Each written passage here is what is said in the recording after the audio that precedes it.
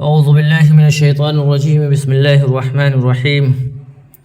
آج سورہ مومن کی آیت نمبر 82 کا تفسیر اور ترجمہ بیان کیا جائے گا۔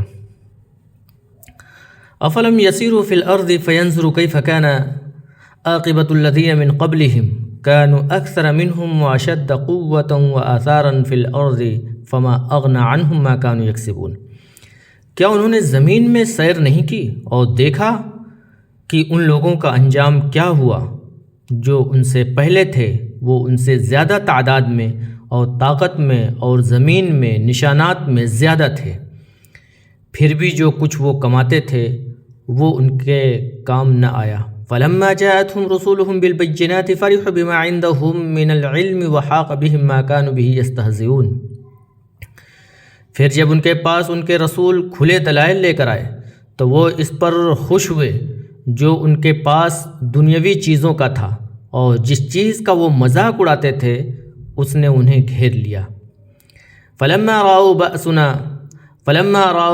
بأسنا قالوا آمنا باللہ وحدہ وکفرنا بما كنا به مشرکین۔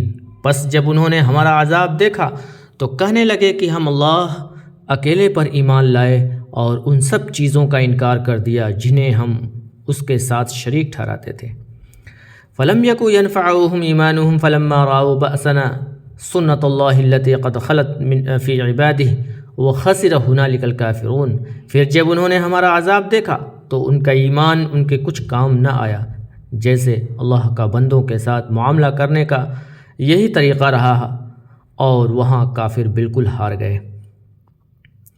اللہ ہمیں ان قوموں کے بارے میں بتاتا ہے جنہوں نے زمانہ قدیم میں، پرانے زمانے میں اپنے رسولوں کو جھٹلایا تھا۔ انہوں نے اپنی بڑی طاقت کے باوجود ان کو جو سخت عذاب جھیلنا پڑا اس کا ذکر کیا۔ اس نے ان نشانات کا ذکر کیا جو انہوں نے زمین میں چھوڑے تھے اور اس عظیم دولت کا ذکر کیا جو انہوں نے جمع کی تھی۔ اس میں سے کوئی چیز ان کے کچھ کام نہ آئی اور اللہ کے عذاب کو ہرگز نہ روک سکی۔ یہ اس لیے کہ جب رسول ان کے پاس کھلی نشانیاں اور فیصلہ کن دلیلیں لے کر آئے تو انہوں نے ان کی طرف کوئی توجہ نہ کی، اس کے بجائے وہ ان کے پاس موجود علم پر راضی تھے، یا اس طرح انہوں نے دعویٰ کیا اور انہوں نے کہا کہ انہیں اس چیز کی ضرورت نہیں جو رسول ان کے پاس لائے تھے۔ مجاہد نے کہا، انہوں نے کہا کہ ہم ان سے بہتر جانتے ہیں، نہ ہم دوبارہ اٹھائے جائیں گے اور نہ ہی ہمیں عذاب دیا جائے گا۔ وہ اپنی جہالت میں اس پر خوش ہوئے جو ان کے پاس دنیاوی علم تھا۔ پس اللہ تعالیٰ نے ان پر ایک ایسا عذاب نازل کیا جس سے وہ نہ بچ سکے اور نہ ہی مزاحمت کر سکے، اور انہیں گھیر لیا جس کا وہ مذاق اڑایا کرتے تھے، یعنی جس کا وہ کفر کرتے تھے اور کہتے تھے کہ ایسا کبھی نہیں ہوگا۔ تو جب انہوں نے ہمارا عذاب دیکھا، یعنی جب انہوں نے اپنی آنکھوں سے اس عذاب کو دیکھا جو ان پر آیا، تو کیا کہنے لگے؟ قالوا آمنا باللہ وحدہ وکفرنا بما کنا بہ مشرکین۔ ہم اللہ کو اکیلا مانتے ہیں اور ان سب کو رد کرتے ہیں جن کو ہم اس کے ساتھ شریک ٹھہراتے تھے۔ یعنی انہوں نے اللہ کے ایک ہونے کا اقرار کیا اور جھوٹے معبودوں کا انکار کیا، لیکن یہ وہ وقت تھا جب کوئی عذر نہیں تھا۔ فائدہ یہ اس طرح ہے جو فرعون نے ڈوبتے ہوئے کہا، آمنت انہ لا الہ الا الذی آمنت بہ بنو اسرائیل وانا من المسلمین۔ میں مانتا ہوں کہ اس کے سوا کوئی عبادت کا حقدار نہیں جس پر بنی اسرائیل ایمان لائے، اور میں مسلمانوں میں سے ہوں۔ لیکن اللہ نے فرمایا، اب تم مانتے ہو جبکہ تم پہلے ایمان لانے سے انکار کرتے تھے اور تم فساد کرنے والوں میں سے تھے۔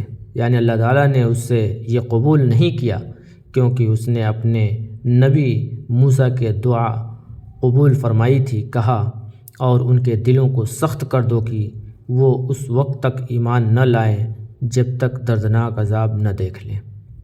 اللہ یہاں فرماتا ہے، پھر جب انہوں نے ہمارا عذاب دیکھا تو ان کا ایمان ان کے کام نہ آ سکا، جیسے اللہ کا اپنے بندوں کے ساتھ معاملہ کرنے کا یہی طریقہ رہا ہے۔ یعنی یہ اللہ کا حکم ان تمام لوگوں کے بارے میں ہے جو صرف اس وقت توبہ کرتے ہیں جب وہ حقیقت میں عذاب کو دیکھتے ہیں، سزا وہ ان سے اسے قبول نہیں کرتا۔ حدیث میں ہے، اللہ تعالیٰ اپنے بندے کے توبہ اس وقت تک قبول فرماتا ہے جب تک کہ اس کے حلق میں موت کی آواز نہ آئے۔ جب موت کی گھنٹی بجتی ہے اور روح حلق تک پہنچ جاتی ہے اور مرنے والا فرشتے کو دیکھتا ہے، پھر وہ توبہ نہیں کر سکتا۔ اللہ فرماتا ہے اور وہاں کافر بالکل ہار گئے۔